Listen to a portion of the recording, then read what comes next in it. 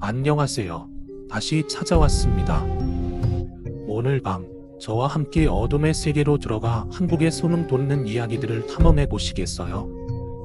이 이야기들은 당신의 심장을 얼어붙게 하고 주변의 어둠이 더 가까워지는 듯한 기분을 들게 할 것입니다. 당신은 이 선택한 미스터리와 마주할 준비가 되었나요? 불을 끄고 이어폰을 끼고 저와 함께 들어보세요. 여기 어둠의 숨결 속에서는 어떤 끔찍한 일이라도 일어날 수 있습니다. 사반의 공기가 흐름에 멈춘들 정확하고 고라하다. 오직 닭가리 시전하니 굴로 무심하게 제 할애를 하고 있다. 밝은 브라운관 깊이에 백환도로 분리된 보아 CCTV 화면으로 물길을 간다. 제법 조지가 되자 흐릿한 인연이 뒤찾아 다린 막을 통과한다. 잘못 봤지? 빗단에 내려오는 뱃살을 입고 천천히 고소를 걸어온다. 그리고 애초부터 발없이 둥둥 떠있는 듯하다. 물과 지름이 따로 들이대들 동안 카메라 하면서 그녀는 주변의 대중과 사전의 다른 자체를 가지고 있다. 그러다 그녀가 전문까지 발걸음을 옮기고는 문을 열어 젖혔다. 모니터에 시선을 따고 짐짓 다른 일을 하는 척 눈은 아래로 내리던다. 팔에 손톱이 곤두선다. 한입 싸라? 뭐라? 잘 어울리지 않게 그 옛도 목소리였다. 205호 가신대요. 그녀가 처음 못 놔뒀다. 그녀의 죄는 205호만 내어주었다. 처음부터 의도한 건 아니지만 왠지 그녀를 한 곳에 동일시켜야 된다는 무의식이 반응된 것 같았다. 매일 혼자 오시는들 남자친구 없으신가요? 다 뭐하냐? 맞이대고 길을 건네주며 사적인 질문을 해버렸다. 필요한 대화 말고는 손님에게 전담을 하지 않는 것이 명한 질문에 덤목질하는 덤목이거늘. 하지만 언제까지 사람인가 귀신인가 도대체 뭐하는 여자인가 같은 내 제도 공포권에 휩싸이기 싫었다. 약간의 대화를 통해 사람 냄새가 나는지는 알아야 할 것 아닌가. 떼떼 배려 가야죠. 삐삐 배려 갈 거예요. 말투, 모자, 분위기 둔담 사람과 대화를 하지 못한 사람의 것이다. 아무리 적게 생각하나 해도 정신 나간 여자임이 확실하다. 죄송해요. 제가 대단한 질문들인데요. 필요한 거 있으시면 말씀하세요. 그녀에게 티를 건네주고는 다시금 모니터를 주시했다. 미친으로 올라가는 그녀의 뒷모습이 보인다. 그런데 데려간다니? 데려온 너건 관할해야 되는 거 아닌가? 미친년이라 뱃살수살하는가 싶었다. 그런데 2층으로 올라가던 말고는 그녀가 멈춰섰다. 너 어서 올라가려고 있냐 나. 마시지티를 하면서 차마 눈을 뗄 수 없었다. 올라가던 발걸음을 멈추고 멈추고는 서있다. 근들 머리를 흔들면서 휘어만 오고 밥 뒤로 그리고 말 쳐다본다. CCTV를 바라보는 것이다. 그런데 그녀의 몸은 확실하게 장난을 안 하고 있었지만 머리만 180도로 돌려서 말을 쳐다본다. 저 미친 여자는 소름 돋게 시 긋는다. 양쪽 뒷골이가 비정상적으로 올라간 채로 저 여자의 입이 일그러진 건지 화면을 일고로 친 건지 구분이 되질 않는다. 내가 뭘 보고 있는 거지? 난 의자에 앉아서 그대로 굳어버렸다. 그저 아무것도 할 수 없었다. 난 눈을 질끈 감았다.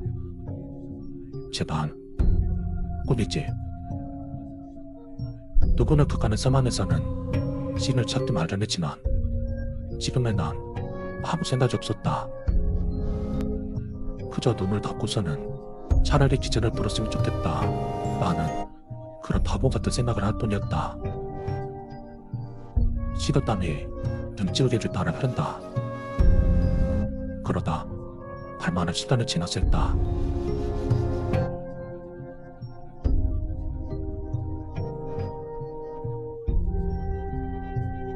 드디어 어디 왔구나. 미년의 대가리를 어떻게 돌렸는지 모르겠지만 귀신이라면 벽을 통과했을 것이다. 호신용으로 가슴 책상 앞에 걸어놨다 박다나무 몽둥이가 오늘따라 왜 이리 멀게 느껴지는지. 눈을 뜨면 그 미친년이 꼬리를 쭉 치고는 카운터 창문으로 머리를 들이댈 것 같았지만 비도 고속에 몰리면 고라니를 깨무는 바 상대가 피력으로 구성된 인간이라는 한가득 신락 같은 희망을 품고 감았다 눈을 서서히 뜬 뒤 박달나무 몽둥이 쪽으로 손을 뻗었다.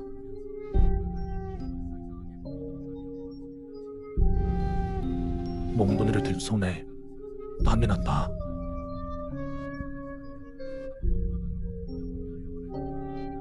서장 계시오. 언제 내려가.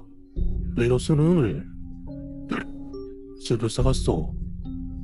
만약 쓰러다놨수다. 삼내지로 달판 또가다 할아버 목소리다. 평소에 골칫거리였던 술주정댕이 노인네가 몽대는 방문을 꾸는 나를 푼다로 깨우는 셈이다. 한번 물고고 때리자지 못대로 고생을 하는데요. 얼마나 더 물기려고. 평소에 잘 씻지 않아 항상 악취가 나는 노인네지만 그 악취마저 향기롭게 느껴졌다. 할아버님이 가져온 것은 많은 오징어의 소주뿐이었지만 이것만으로 충분하다. 어서 좀 오슬러. 저도 마침 술에 땡겨졌잖아. 그럼 몽둥이는 뭐? 무슨 거로? 아무것도 아닙니다. 눈 좀 안 나라고. 어제 무서우셨네? 그렇게 난 하나뿐 때문에 본초를 조금이나마 달릴 수 있었다. 그러다 용리터를 슬쩍 쳐다봤다. 다행히 그녀는 오지 않았다. 늙은 나이임에도 불구하고 노가다를 뜰 정도로 체력을 가지고 있어서인지 영감쟁이는 소리가 안 했다. 그렇게 내가 골아 떨어질 때까지 수저대가 되어주었다. 그리고 곧 날이 밝았다.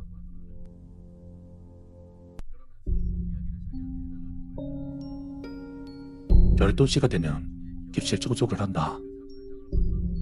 쓰레기 수거를 가고 진공 청소기로 대충 젖은 밀고 송호통을 세팅하는 실이다. 그 미친년은 나갔겠지? 평소에도 언제 나갔는지 모를 정도 실치로 괴물했기 때문에 난 떠내는 마음으로 기대고 문을 열었다.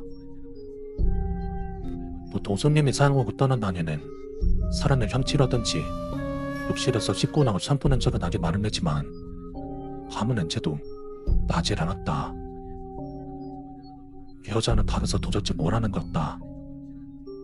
소장 이불과 베개가 부김없이 그대로 정돈되었었다. 음료라든지 소모품은 손 하나 대지 않은 그대로의 모습이었다. 그래서 청소하기 태어나던 데서 잤다만 그렇게 청소기를 다 돌리고 단다리 떼려고 주머니에서 단다리 꺼내는데 주머니에 있던 동전이 같이 따라 나왔다.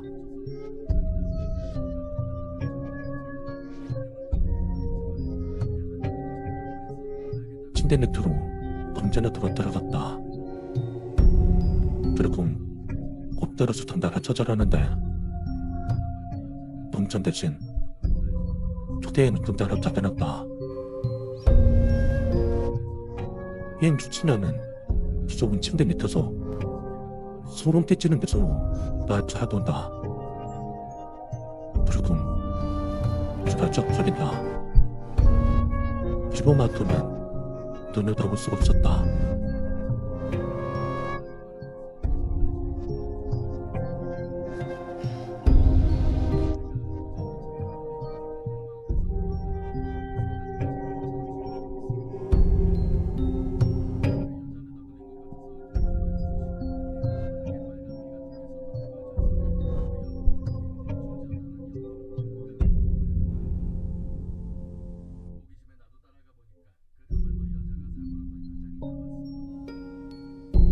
오늘은 2019년 9월 15일.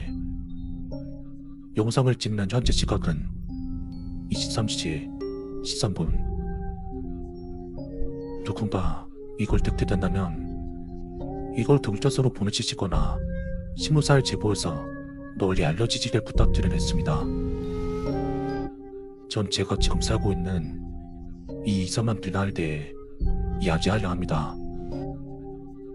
제가 형편이 좋지 않아 무턱대고 싼 집을 찾다 보니 이런 곳까지 오게 되었습니다. 오래전에 지어진 건물이긴 해도 여러 가구가 살 수 있는 넓은 곳입니다. 하지만 이 건물도 이 안에 사는 사람들도 전부 좋은 산이 아닙니다. 이곳의 주소는 말이죠. 소심하게도 모르겠습니다. 미친 소리 같지만 누군가 할 때 이곳을 알리려 할 때마다 꼭 기억 상실증에 걸린 것처럼 주소도 이름도 아무것도 기억나지 않습니다. 이것도 분명 이 빌어먹을 집의 무서운 점 중 하나일 게 분명합니다. 지금부터 제가 이곳에서 겪었던 정신나간 이야기들을 들려드리겠습니다.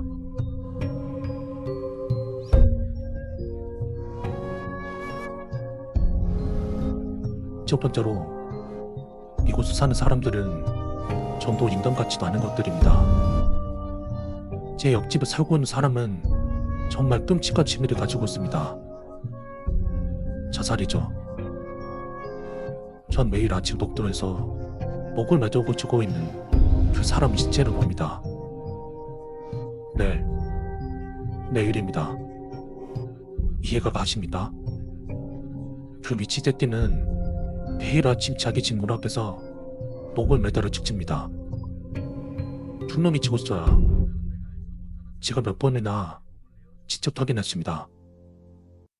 그런데 건물을 달리지 않은 인간이 시체를 치우고 나면 오후쯤 뭘 좀 살아서 돌아다닙니다. 관리자가 깃들에 시체를 묻는 것까지 봤는데 아무렇지 않게 살아있는 겁니다. 그러다가 다음날 아침이면 다시 목을 매다 죽어버리는 거죠. 그것 때문에 전 매일 아침마다 목 매다 시체를 보며 하루를 시작합니다. 도대체 뭐가 어찌된 일인지는 저도 이해가 안 갑니다만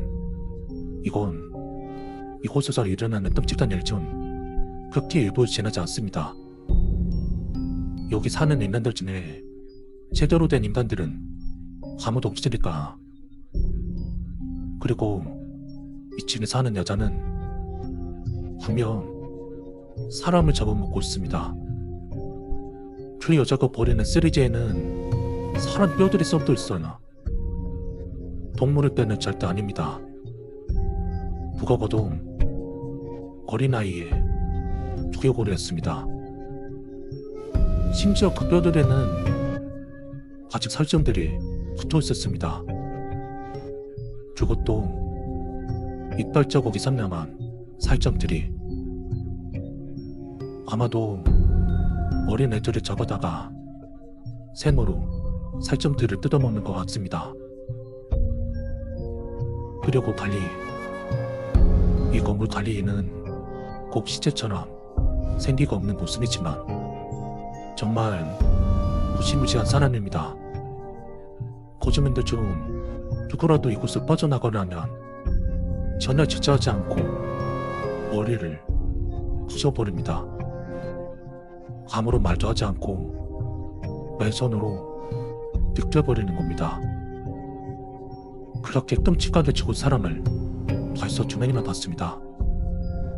그리고 맞서 사람이 건물에 들어오나 하는 것도 그리 반복하지 않는 것 같습니다. 잠도 자지 않고 뭘 먹지도 않고 24시간 건물 안을 돌아다닙니다. 모르지 시체를 치우거나 아니면 직접 사람을 시체로 만들어버립니다. 그 외에도 이상한 사람들이 많습니다만 제일 이상한 건 이 건물 자체입니다.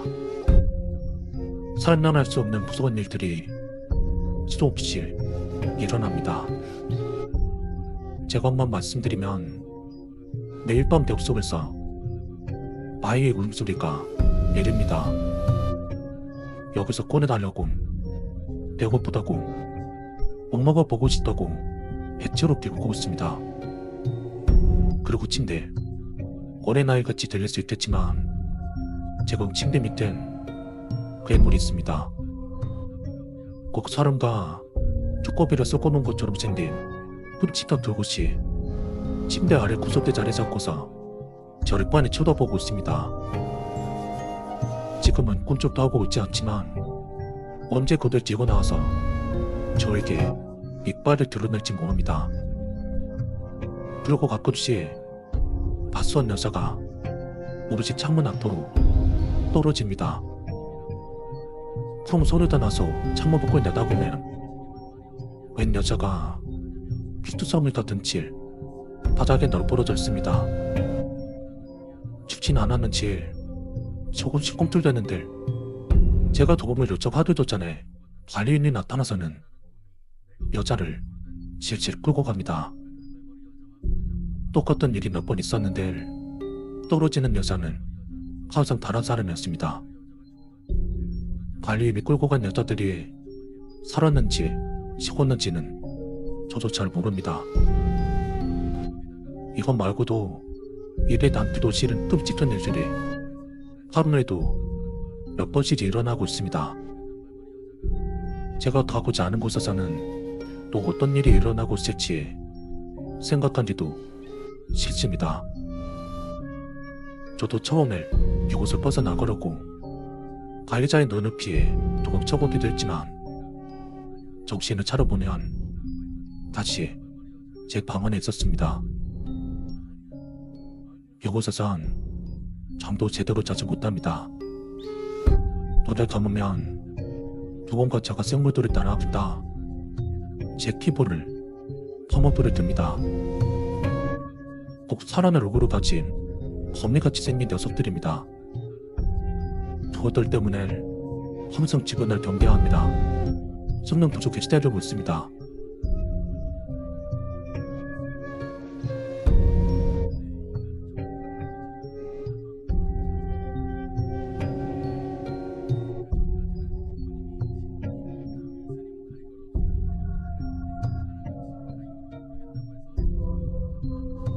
영상을 보고 있는 당신께 부탁드리겠습니다. 제가 이곳을 찾아서 저를 정권해 주셨으면 좋겠습니다.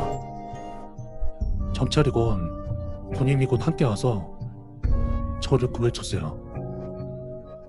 제가 살아서 이곳을 나갈 수만 있다면 반드시 보답하겠습니다.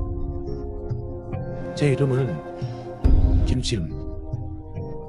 탤런트는 일어났던 연쇄 살인 사건의 범인입니다. 제가 죽인 7명의 사람들에 대해 자백하겠습니다. 그러니 제가 이곳에 있다는 건 경찰에 꼭 알려주시길 바랍니다. 그리고 빨리 와주세요. 차라리 감옥에서 평생을 살겠습니다. 빨리 사약을 작아주셨습니다. 죽더라도 이곳에서 끔찍하게 죽기는 싫습니다. 절대로 안 됩니다. 제발 저를 잡으러 와주시길 바랍니다.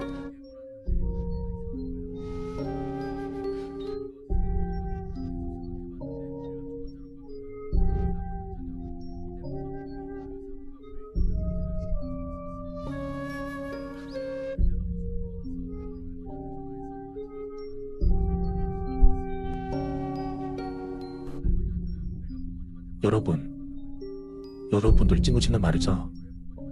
거짓말 잘하는 친구 하나씩은 있죠. 저는 거짓말을 밥 먹도록 하던 그 친구에 대해서 이야기하려 합니다. 친구의 이름은 간난입니다. 오해 없으시길 바라겠습니다.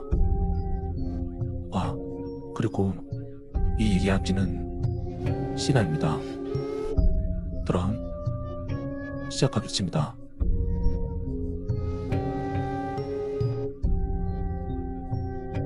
때는 내가 초등학생 때의 일이다.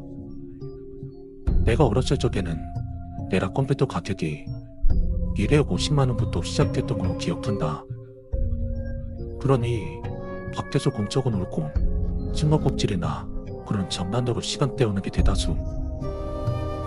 요즘은 편하지만 당시 내가 어렸을 땐 핸드폰도 없었다고 보면 된다. 그날도 여느 날과 다름없이 동네 친구들과 모여 훔쳐만 놀고 있었는데 얼굴나는 친구가 등장했다. 저기 뿅뿅승은에 선음 죽은 것들은요? 뻥치지 마. 너 맨날 뻥이잖아. 저번에 집에 게임기 산다고 자랑했을 때 니네 엄마가 게임기 산 적 없다고 했거든. 아니야. 이거 진짜 슈퍼 아줌마가 그랬어. 준영이만 죽었대. 누가 콘뭐 찌는다던데. 나와 친구들 모두는 니면 적당히도 하지 않았다. 이건 무조건 뻥이다. 니 녀석은 입 벌구다. 입만 벌면 굴하다. 그래도 역시 우리들은 어린아이는 나보다. 슈퍼로 기어고 찾아가서 그 사실에 대해 물었다. 역시나 했다. 역시나 거짓이었다. 입 벌고 저 자식들은 숨 쉬는 것 떼고 믿으면 안 된 놈이었다. 허선 거짓나. 허선 주의를 끌고 싶어 하는 것 같았다. 그런데 골고는 좀 특이한 게 있었다. 또래 애들은 숨하게 놀아서 그런지 몸에 상처가 자주 생겼었지만 골고는 삼천아주보단 몸이 좀 관항죄였다. 당시에 나와 친구들은 넘어지거나 어디 부딪혔던 거라 가볍게 생각했고 친구들 누구도 그거 보는 사람이 없었다. 우리도 빠지고 피나고 멍대는 건 편할 수 있다. 어렸을 적 우리들은 전투적으로 놀았었다. 그러다 어느 한날은 벌구가 우리 집에 놀러왔을 때 우리 어머니가 벌구에게 물었었다. 벌구야, 팔에 멍이 왜 이리 많니? 누구랑 싸웠어? 아니에요. 넘어진 거예요. 축구도 넘어져서 그래요. 축구를 어떻게 하길래 그리 심하게 들어. 적당히들 좀 해. 지옥을 지을 열심히 하거든요. 생각해보랬다. 그때 이상한 걸 느꼈어야 했다. 그렇고 난 화사 골키퍼였다. 초중 축구에서 공을 날려서까지 맞는 것 따위는 없었다. 저기하고 얻을 일 없는 포지션이었다. 그 당시엔 그냥 넘겨들었다. 그거마저 거짓말일 줄은 꿈에도 몰랐으니까. 며칠 뒤 초등학교 체력 건족 시간이었다. 50m 달리기를 뛰는 도중 벌구가 쓰러졌다. 담임 소장님은 벌구를 놓고서는 야구실로 급히 뛰어갔다. 영호 선생님 말씀으론 약간의 탈수 증세가 있는 것 같긴 한데 정대란 건 병원에 가봐야 할 것 같다고 말했다. 그러다 벌군의 어머니께 연락을 친한 뒤 병원으로 데려가려 했지만 벌군의 어머님은 결코 사야마냐 직접 학교까지 찾아오더니 벌군으로 데려갔다. 선생님들 사이에서 뭔가 좀 비참하다고 했다. 보통의 엄마들은 아들이 다치면 호들갑을 떠졌겠지만 벌군의 엄마는 놀란 기색도 전혀 없었고 오히려 차분히 썼다고 했다. 그러다 벌군 몸에 있는 검붉은 멍에 대한 이야기가 스멀스멀 나오기 시작했다. 그렇게 며칠이 흐르고 온 벌군은 그동안 하트에 나오지 않았다. 그러고는 건강이 좋지 못해 단복은 학교를 못 나온다는 것이었다. 그래도 우린 꼴의 친구라고 낱낱이 모여서 벌군의 대문안을 나기로 했다. 거기에 담임 선생님도 포함되어 있었다. 우리 선생님과 함께 벌군의 집 앞에 도착했다. 선생님이 먼저 들어가시고 우리는 차고에 들어가기로 했다. 그런데 선생님은 문 좀 밖들여 다녔다. 그의 먼 거리에 있던 우리들은 무슨 대화가 오고 갔는지 알 수 없었지만 선생님 표정에는 어이없음과 이상하다는 표정이 묻어 있었다.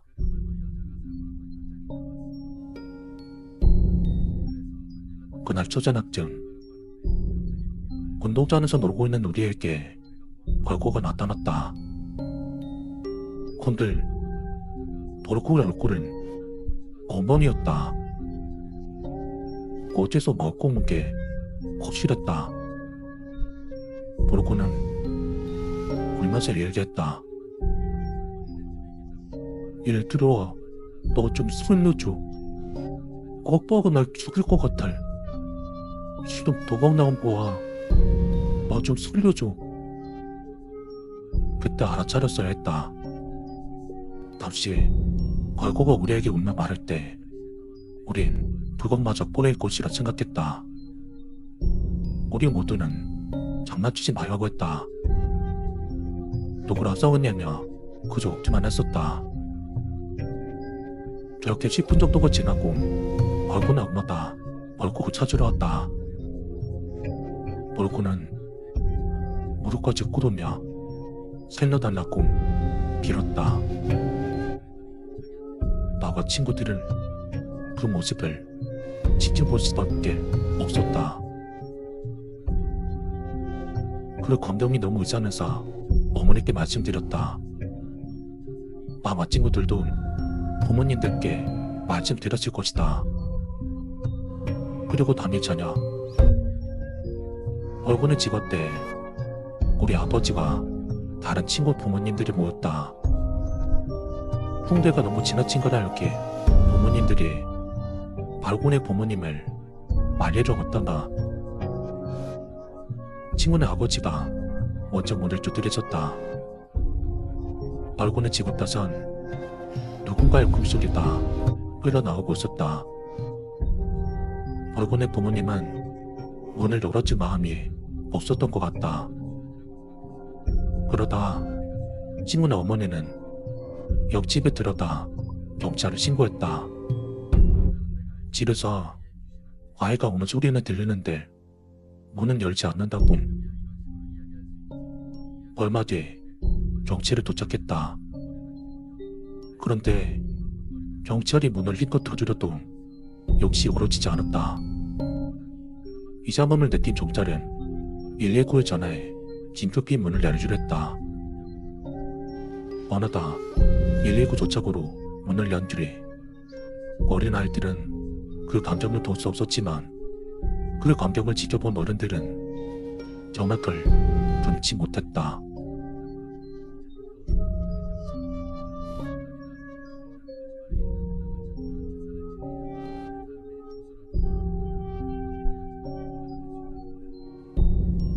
지금부터 할 이야기는 그 감정을 지켜본 과거지기 전에 들은 이야기다. 일일구가 황급히 문을 연 둘의 순간 벌군의 집 고실은 바다들 피가 묻어보이는 걸레들과 생전 처음 맡아보는 상당히 비릿한 냄새가 났다고 했다. 그러다 번에 들어서 모습은 마치 처참했다고 한다. 버럭구는 확진로 목젖 썩고 온몸을 심한 상처와 속옷 한 장 걸치지 않은 모습으로 바다들 피와 배설물이 반지하였다고 한다. 물론 벌군의 부모님은 없었다. 그 반경을 본 119 대원들은 황급히 벌군을 병원으로 옮겼다고 한다. 그러다 며칠이 흐르고 벌군의 부모님들은 경찰을 엿붙였다. 벌군은 병원으로 구송된 뒤 정신과 관찰까지 받았다고 한다. 노도만 심한 한 따로 벌구의 심신은 매우 지쳤었다. 또 벌구는 정신과 일수단으로 질문의 요전에는 전혀 다른 대답만 했다고 한다. 정신적으로 문제가 있다고 판단했지만 벌구는 단지 살기 위해서 거짓말을 했었던 것이라 했다. 극심한 알코올 중독인 새아버지와 벌구보다는 알코올 중독자 않을 따고 살아나는 벌구였다. 벌구의 새아버지는 반대수로 노름과 승로, 기생을 살며 노름으로 일한 차는 벌구의 죄퍼였다고 한다. 벌구의 엄마는 새아버지가 자기를 버리고 떠났다가 자기 아들이 맞고 학대당해도 침묵했다고라 한다. 치료가 끝난 벌구는 학교에 작별 인사도 없이 보호센터로 옮겨졌다. 그 후로 벌구와는 연락되지 않았다.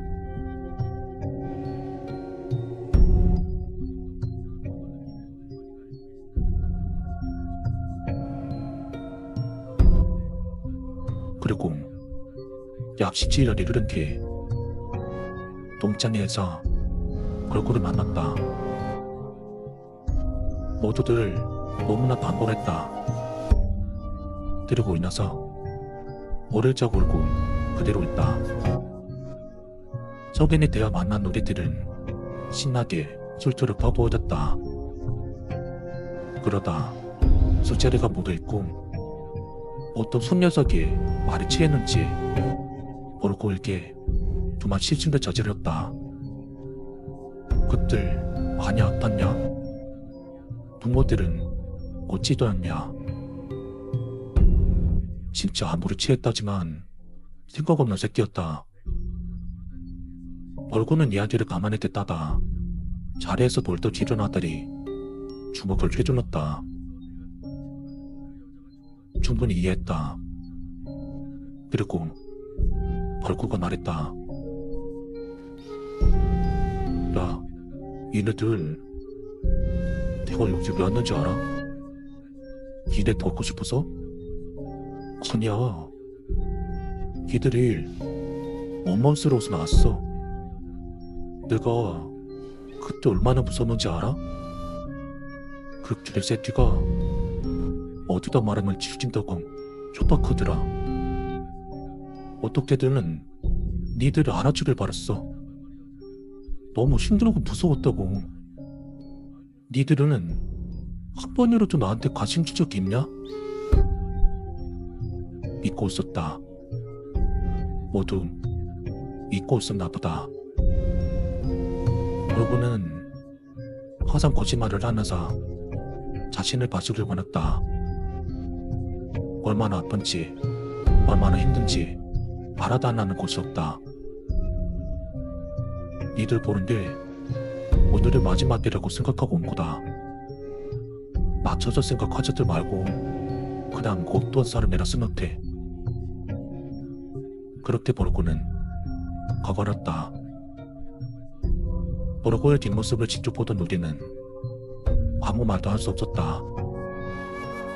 하지만 우리들은 모두 알고 있었다. 벌구가 확 때려당했던 것도 새아버지가 볼고를 때린다는 것도 독자리 낚이기 전에 우리 나르고 있었다. 볼고 녀석은 모를 것이다. 볼고가 처음 학대를 당했을 때부터 볼고네 새아버지는 우리에게 나타났다. 또 볼고네 어머니도 마찬가지였다. 운동장에게 놀고 있는 우리에게 먹을 것을 사주냐 우리 일들을 찍먹시켰다. 그냥 우리를 비겁한 새끼들이었다.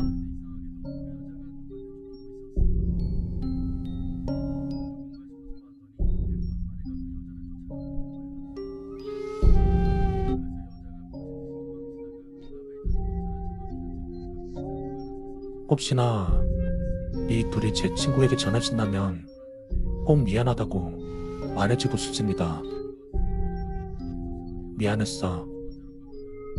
비겁하게 밝히지 못해서 정말 미안했어.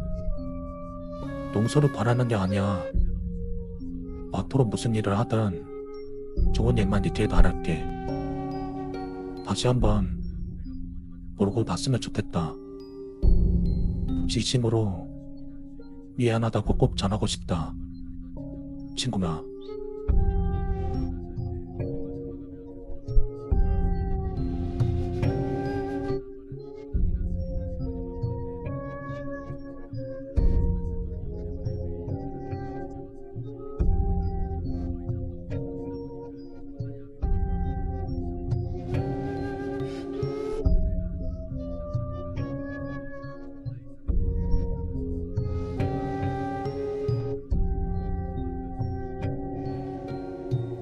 인터넷이 연결되어 있지 않은 고사양 컴퓨터와 최신 TV, 게임과 잡지, 책, 운동기구 등 필요한 물품, 보안 제공, 하루 3끼, 원활한 식사와 간식 제공, 푸신한 침대와 따뜻한 물이 갖다 쏟아지는 욕실이 딸린다. 바닥 위와 같은 것들이 제공된다면 당신은 밖으로 나가지 않고 얼마 동안 행복하게 지낼 수 있을까?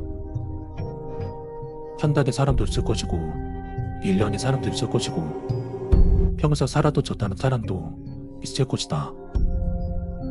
하지만 나 같은 경우는 고작 일주일 정도뿐이다. 그 이상 갇혀있는 것은 절대로 사양이다.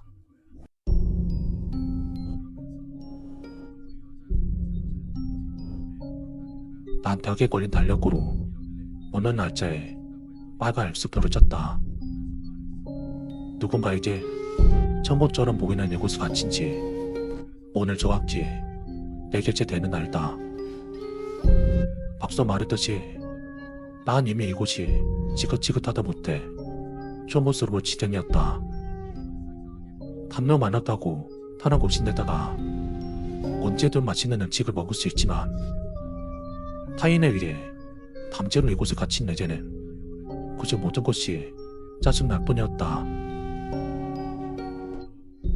한숨을 내쉬고 잠을 둘러보고 있을 때 한쪽에 있는 시계에서 발감소리가 들렸다. 오후 6시 저녁 식사 시간이다. 쫑무된 단문 아래 작은 구멍이 열리고 식사가 들어왔다. 그리고 여느 때와 다름없이 날 여기에 둬둔 여자의 목소리가 들렸다. 날 사랑한다고, 날 위한 거라고, 이게 최선이라고 말하는 이 여자. 식사 때마다 제 여자는 한 번도 고르지 않고 같은 소리를 반복한다. 난 그 말을 무시한 채 식사를 가져와서는 밥상에 앉았다. 날 사랑하기 때문에 던전다는 저 미제리 같은 여자 때문에 이곳에 갇힐지도 어느덧 대결이 되었다.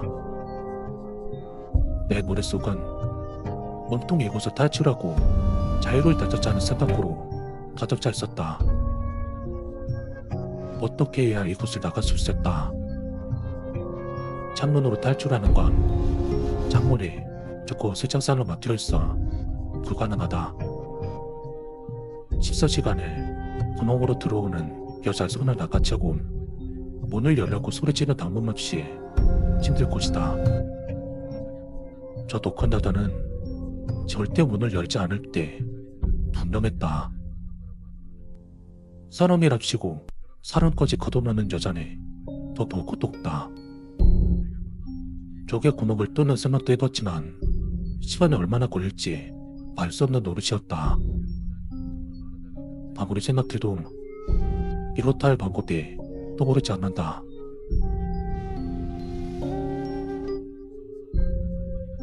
한참을 고민하던 나는 결국 증오의 선택을 하기로 했다. 난 제 손에 꽂혀있는 포토카를 조심스레 집어들었다. 이제 방법은 이것뿐이다. 난 덜덜 떨리는 손으로 시선 묻은 칼을 주머니에 집어넣었다. 손목을 긋는다는데 생각보다 그리 쉽지 않았다. 그래도 다행히 내 손목에선 제법 많은 양의 피가 뚝뚝 떨어지고 있었다. 이 정도면 충분하겠다고 생각한 나는 그 자리에 들어놓고는 눈을 감았다. 이제 시간이 해결해 줄 것이다. 잠시 후 미숙한 안압 소리와 함께 여자가 다가오는 소리가 들렸다. 난 두근거리는 마음으로 시련을 뜨고 그쪽을 바라보았다. 나에게 식사를 넣어주던 여자가 쓰러진 내 모습을 발견했다. 그러다 마치 잠시간의 정적이 흐르고 여자는 찢어질 듯다 비명을 지르며 음식에 내때려 치고 급히 문에 잠근 장치를 풀기 시작했다. 내 탈출 계획이 완벽하게 성공한 것 같다. 난 문이 열린다 동시에 벌떡 일어나 그 여자에게 몸을 날렸다. 여자는 내 던접스러운 움직임에 그대로 나나 떨어져 버렸다. 난 쓰러진 여자를 확인하지도 않고 열심히 달려 불곳을 빠져나왔다.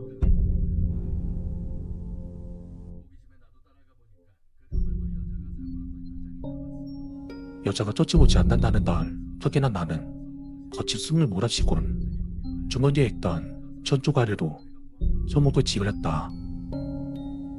제법 통증이 있었지만 잘고 다닥 공기적에 그리고 도스럽지 않았다.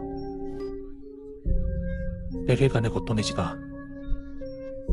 이젠 끝이다. 제일 먼저 뭘 할지는 이미 정해져 있다. 난 따갑게 줄이를 떠나보며 주머니에 찢어 넣었다 컷도칼을 보내 떠났다. 처음 내 눈에 띄는 사람이 자유를 찾은 날 첫 번째 사냥감이다. 몇 달 만에 다시 시작한 사냥에 대한 기대감과 흥분감으로 벌써부터 심장이 뛰고 있었다. 이토록 즐거운 일을 만난답시고 원만하는 여자는 날 집에 찍었다 그곳에 가두었다.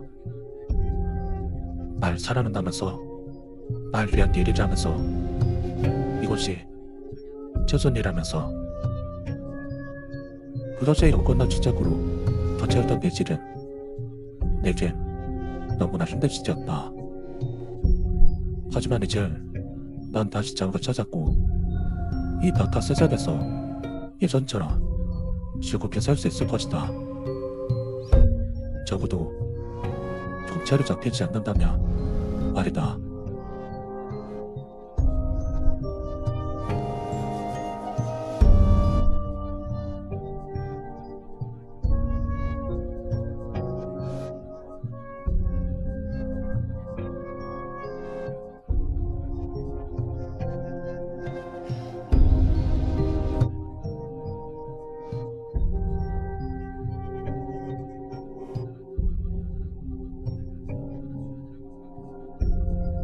슬라는 20살의 팬만말 대학생이다.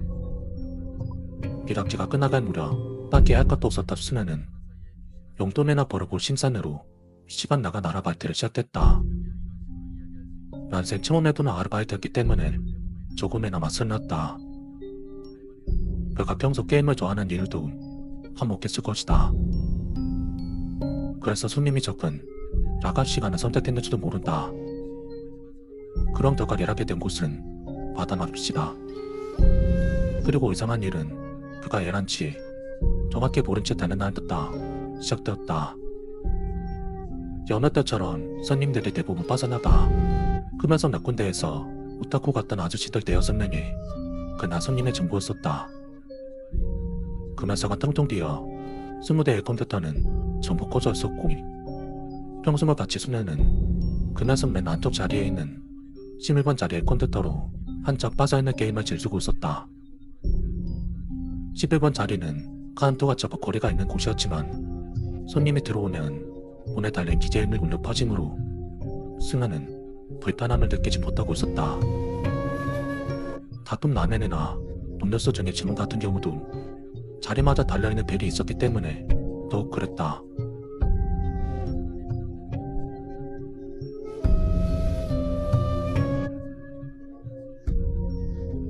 그렇게 시간이 흘러 흡연석 아저씨들도 잠에 빠진 모양인지 가게 안에서는 정말 많이 밤새울었다. 오직 승은의 컴퓨터 스피커에서 약탈을 틀어놓은 소리는 들려온다. 언제나처럼 게임에 빠져있던 수면은 돌을 맞은편 끝자리 1번 자리의 부주 소리를 듣게 된다. 손님을 내려 누를 때 놓칠 때가 있는 수면이었지만 이상하게 1번 컴퓨터 시작음에는 이처럼 반응이 빠졌다.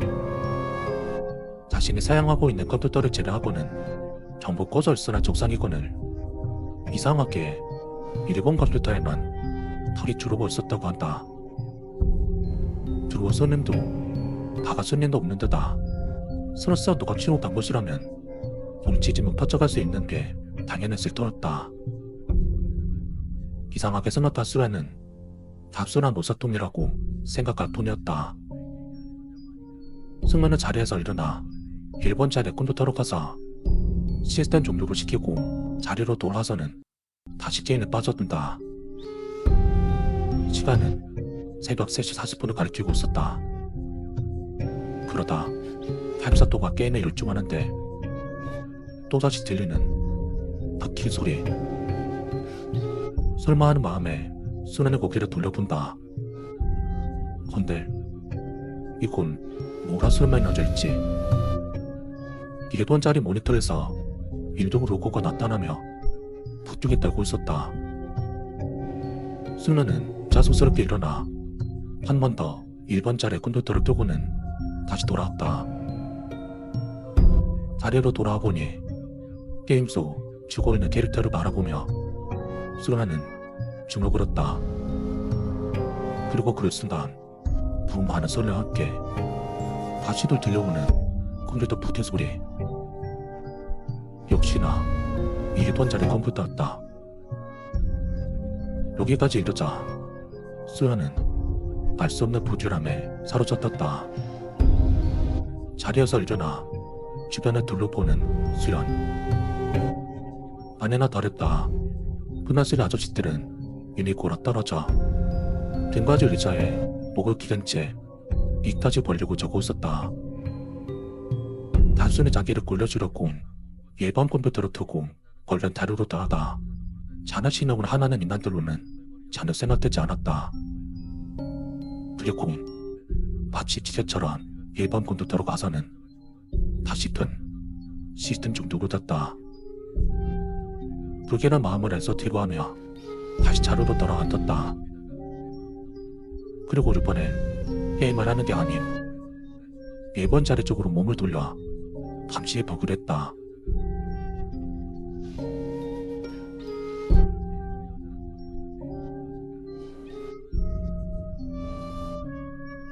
(10분) (15분) (20분이) 다다란 무렵까지 아무런 반응이 없자 신라는 방도에 한숨을 내쉬었다.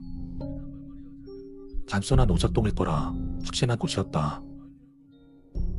다시 게임에 집중하려 회자를 제자리로 돌리는 순간 탁 많은 소리와 함께 예번 자리에 꼰뒀다가 또다시 켜진다. 수련은 들고기 서늘해지는 것을 느꼈다. 20분을 지켜볼 동안 꿈쩍도 안 떠먹혔다가 시선을 고두자마자 다시 켜진다는 건 상식적으로 도저히 납득할 수 없었다.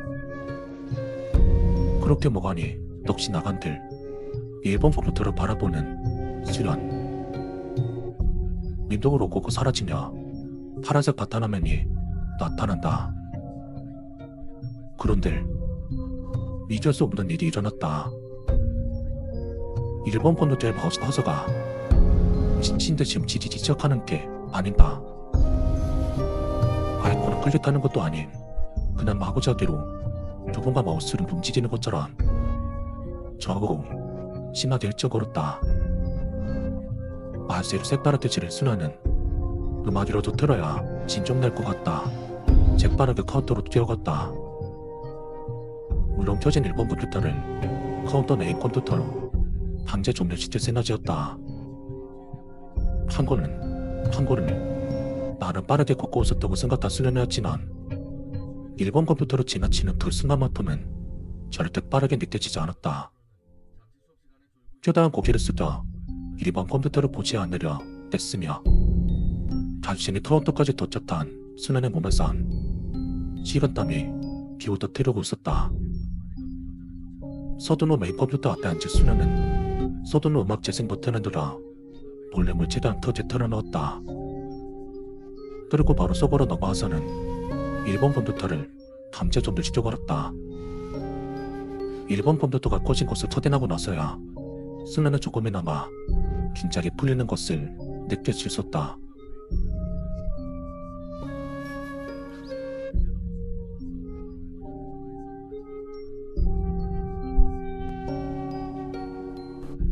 수라는 음악 소리를 따라 흥얼거리며 옆쪽에 자리 잡고 있는 CCTV를 보기로 했다. 가끔씩 입 벌리고 잠들어 있는 오타쿠 아저씨들의 모습을 훔쳐보며 배꼽을 잡았던 탓에 이번 역시 그렇게라도 이 지분을 날려버리려고 한 것이었다. 예덕대로 분할된 화면을 하나하나 확대해서 보는 수연. 역시나 했다. 흑화석 쪽 아저씨들은 세상 모르게 잠들어 있었고 그 모습은 너무나 고소당스러웠다. 파리가 입안에 들어가도 모를 만큼 입을 쩍 벌리고 있는 아저씨를 비롯해 8명의 모습을 살펴보며 CCTV 화면을 하나씩 넘긴다. 흡연석을 비치는 4개의 화면을 전부 보고서야 흡연석과 카운터를 비치는 나머지 4개의 화면을 볼 수 있었다. 아저씨들의 웃긴 모습을 봐서 그런지 좀 전에 불미스러웠던 지분을 거의 다 사라진 참이었다. 20번부터 10번까지 비치는 영상이 지나 카운터를 비치는 영상을 넘긴다. 그리고 1번 컴퓨터부터 9번까지 비치는 영상을 보았을 때 순환을 실시간에 목욕으로 보는 것을 느낄 수 있었다. 정말 지퍼대에 있는 1번 컴퓨터에 푸른 돌빛이 들어갈 수 있기 때문이었다. 분명히 강제 종료시켰는데 대체 언제 켜진 거지? 음악 소리 때문에 듣지 못한 것 같았다. 알 수 없는 공포와 더불어 미칠 듯한 노기심이 일었던 수련은 마지막 하나 남은 1번부터 4번까지 컴퓨터가 카운터를 비치는 역사를 보기 위해서 마우스 커서를 움직였다. 화면이 바뀌며 자신의 앉아있는 터뜨린 모습이 적나라하게 드러났다. 그리고 그 앞으로 1번부터 4번까지의 컴퓨터 쪽으로 시선이 하났을 때 수련은 자신의 눈을 의심할 수밖에 없었다. 1번 컴퓨터에 알 수 없는 리몬의 한 여정이 옹거수춤한 자세로 서서는 귀까지 찢어진 입을 신호지며 온통 거머쥐는 눈동자로 카운터에 앉아있는 자신을 뚫어질 듯 노려보고 있었기 때문이었다.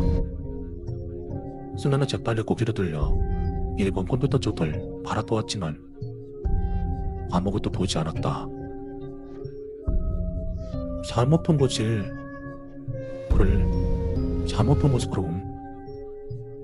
그래서 자신을 비로하며 계속 모니터로 시선이 아니었을 때 수아는 태어나서 처음으로 죽을지도 모른다는 공포에 휩싸였다. 그건 좀 전까지 농사 속에 있던 자리에 있던 VR 녀석이 승리는 앉아있는 카운터 안쪽으로 세그도 제픈 기어오고 있었기 때문이었다.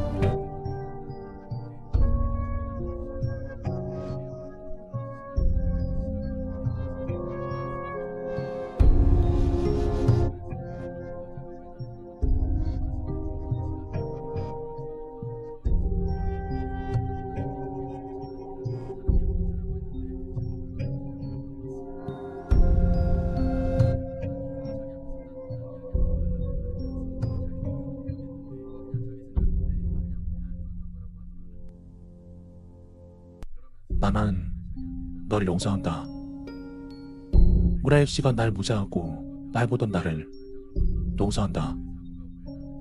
탑승시켜주다 시작된 너와 나의 하던 절대 잊을 수도 용서할 수도 없을 정도로 너나를 깊었다 생각했지만 한심하다는 듯 날 내려다보던 너의 두 눈은 더 이상 겉을 볼 수 없으니 이젠 널 용서한다.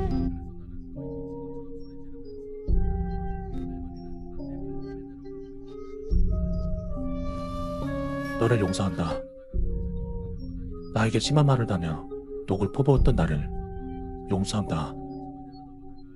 네 입에서 나온 말들은 비소가 될 내 심장을 난도질했지만 너의 들썩보단 늑시 시름을 달달히 지켜 바람소리만 내보내니 이제 용서할 수 있다. 너를 용서한다. 내 돈을 떼꼴 내 물건들을 뺏어간 나를 용서한다. 그것 때문에 늘 배고프고 궁핍하게 살았지만 내 꽃으로 개돌스를 먹고 치러놨던 그때에 커다란 구멍이 뚫려버렸으니 이제는 용서할 마음이 생겼다.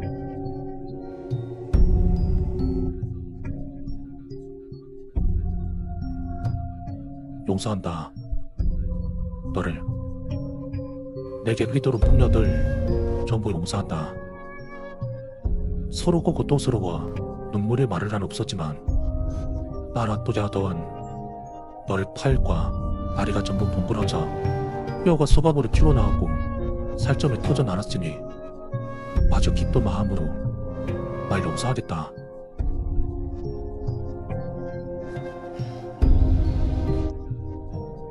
나는 너를 용서한다. 내 가족들에게 고통을 주문받아 용서한다. 나의 어머니를 욕하곤 아버지를 비웃으며 우리 가족을 욕했지만 너의 부모님이 식품의 네 꼴을 보며 모여라는 모습에 내 마음이 풀렸으니 이것마저 용서해줄 수 있다.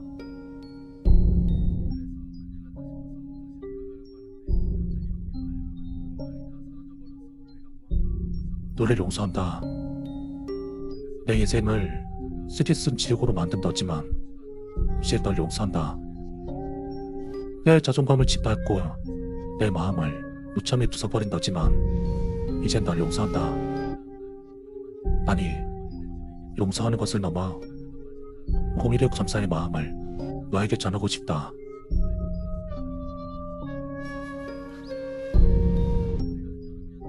너에게 감사한다.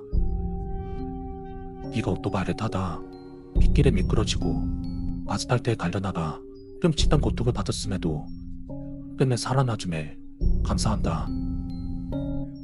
그러고 굴러서 말시찬이가 되어 차라리 죽었으면 하고 바랬음에도 끝내 살아났음에 감사한다. 너의 부모님을 응원하는 꼴을 다른 눈에서 봐야 하겠지만 사라져서 감사한다. 이젠 너가 다종단이 되어 곧 숨이 멎을 테지만 처절하게 목숨을 내면해야 하지만 그럼에도 사라졌으니 감사한다. 내가 넌 앞에서 온갖 모욕을 치며 널 비웃어도 손가락 하나 딱딱할 수도, 목숨으로 퍼부을 수도 없지만 그럼에도 살아남아줘서 감사한다. 너를 용서하고 또 진심으로 감사의 마음을 들었으니 그가를 쌓여있던 나쁜 감정은 모두 정리하고 진심으로 널 대할 수 있다. 그러니 이젠 내일같이 찾아와서 너의 모습을 봐줄 생각이다. 너의 부모님이 내 손을 맞잡고 고맙다고 눈물을 보이시는 걸 속으로 비웃어 보일 거고, 네가 죽지 못해 부러지같이 한원으로 버텨내는 걸 즐거운 마음으로 지도다 주겠다. 이런다고 해서 그간 고통받았던 내 과거가 사라지는 건 아니지만 지금 내 마음은 한없이 행복하고 화목하니 그걸로 만족한다. 그러니 제발 오라오늘 연맹에 줬으면 한다. 그렇게 시간이 흘러 내가 주머니 만족하고 너에게 흥미가 떨어지면 너의 병실을 발길을 완전히 뚫는 다음 넌 완전히 잊고 이젠 제대로 된 내 인생을 살겠다. 그렇게 자유롭게 살아가다가 마침내 너의 부부 소식이 들려오면 그때 또다시 기쁜 마음으로 축배를 들어주겠다. 이번에야말로 정말 너가 지금 떨어지기로 간절히 기도하면서 이제 너에게 진심을 담아 마지막으로 말한다. 넌 내게 귀찮은 삶을 주었지만 지금은 너를 용서한다. 오늘 밤 이야기는 어떠셨나요? 우리가 모르는 어둠 속에는 정말 아무것도 없을까요? 아니면 우리가 상상도 못할 비밀이 숨어 있을까요? 여러분의 생각을 댓글로 남겨주세요. 이 이야기가 흥미로웠다면 좋아요와 공유를 눌러주시고 어둠의 숨결 채널을 구독하여 다음 이야기들도 놓치지 마세요. 이야기를 들어주셔서 감사합니다. 다음에 더 소름 끼치는 이야기로 다시 찾아뵙겠습니다. 오늘 밤은 편안히 보내시길 바랍니다. 가능하다면요.